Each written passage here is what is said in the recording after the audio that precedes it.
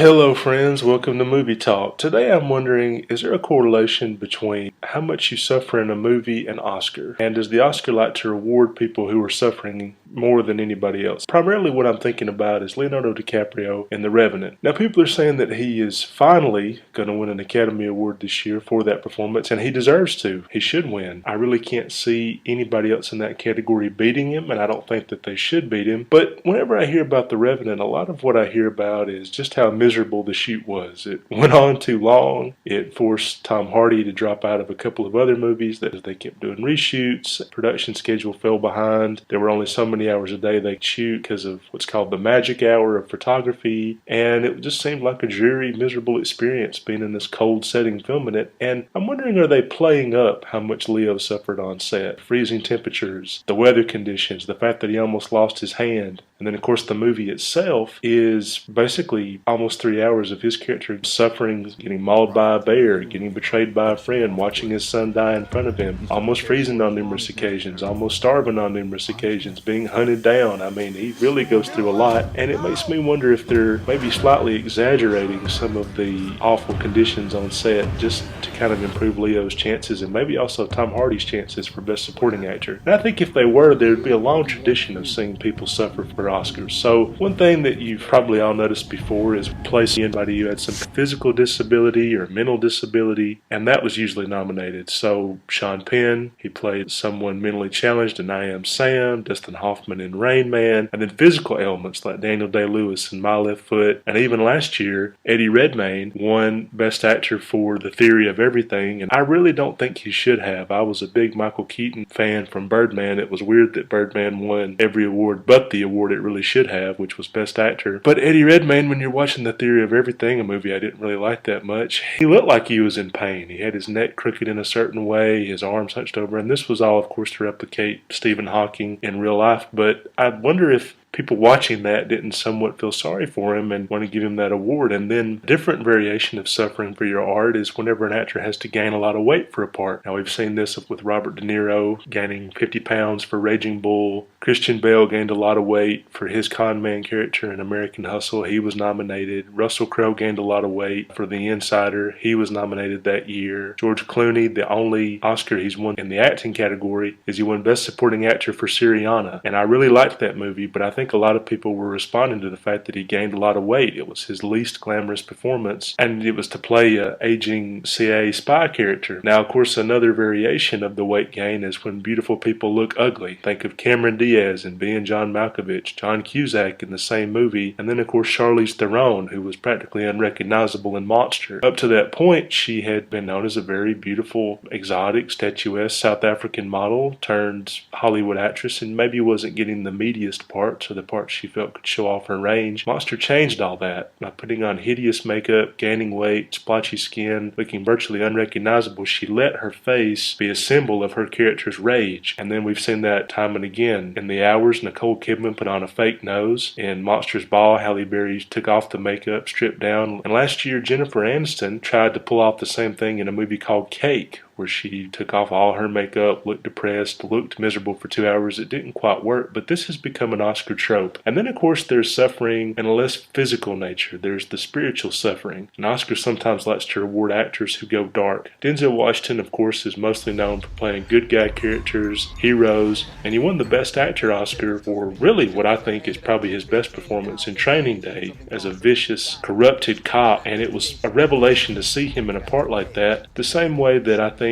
people responded to seeing Heath Ledger as the Joker in The Dark Knight. I mean, he really got inside the bone-deep insanity of a character like that. And Javier Bardem, he was no fan of the ugliness that he had to portray in No Country for Old Men, but also the haircut. He said that having that haircut really bothered him. So that was a case where a spiritually ugly performance coincided with one where he had to physically change himself. And we could go on and on about the villainous characters. Ben Kingsley in Sexy Beast, Anthony Hopkins in Silence of the Lambs, Daniel Day-Lewis in There Will Be Blood. I think overall there is definitely a trend, and if somebody's getting an Oscar, we kind of want to see them earn it. And aside from just a beautiful person gone born ugly, a beautiful person gaining weight, a beautiful person have some kind of disability for a few hours. There's also just a beautiful person suffering, like Lupita Nyong'o in 12 Years a Slave. The movies pay on to her suffering. And I think this year the closest we have to that is the likely Best Actress winner, Brie Larson, in a movie called Room. And she probably will win Best Actress, and she deserves to, but the entire first half of the movie she's basically confined to a bunker-like room where she's a sex slave to a guy who's kidnapped her a long time ago, and she has to figure out her escape. And even once she escapes and gets free, the life on the outside has changed so much that she can't quite adjust to it. I mean, think of it as a dramatic version of the Unbreakable Kimmy Schmidt. There's some similar territory, but they're very different. And this kind of doubles back to what a lot of people have criticized the Oscars for, which is not nominating comedy enough. Back when Bill Murray almost won for Lost in Translation, it was notable that Sean Penn won for the more typically Oscar performance in Mystic River as a dad who had to grieve and suffer and feel miserable about the death of his daughter. And many actors have pointed out that it's almost impossible to get nominated, and especially hard to win in a comedy role. So whenever an actor does, it's noteworthy and unusual. And I think maybe that's because when people watch comedy, maybe they feel like the actors haven't suffered enough in the making of that movie, and it doesn't feel like real art. So for now, it seems like your safest bet to win an Academy Award is to either physically suffer, and then of course the old trope about playing a slave, because after all, Denzel's first Oscar win was in a movie called Glory. He won for Best Supporting Actor. Training Day was the first time he'd won Best Actor. You could emotionally suffer, you could physically suffer, either by playing someone with a disability or gaining a lot of weight, or you could just put on prosthetics and deglam yourself and let the world know the horror of wearing a fake nose for a few months while you shot the movie. Anyway you slice it, it looks like DiCaprio may be playing on all those while letting it know just how hard the shoot for The Revenant was, and when you watch the movie, it looks agonizing. You know what? He should win the Oscar.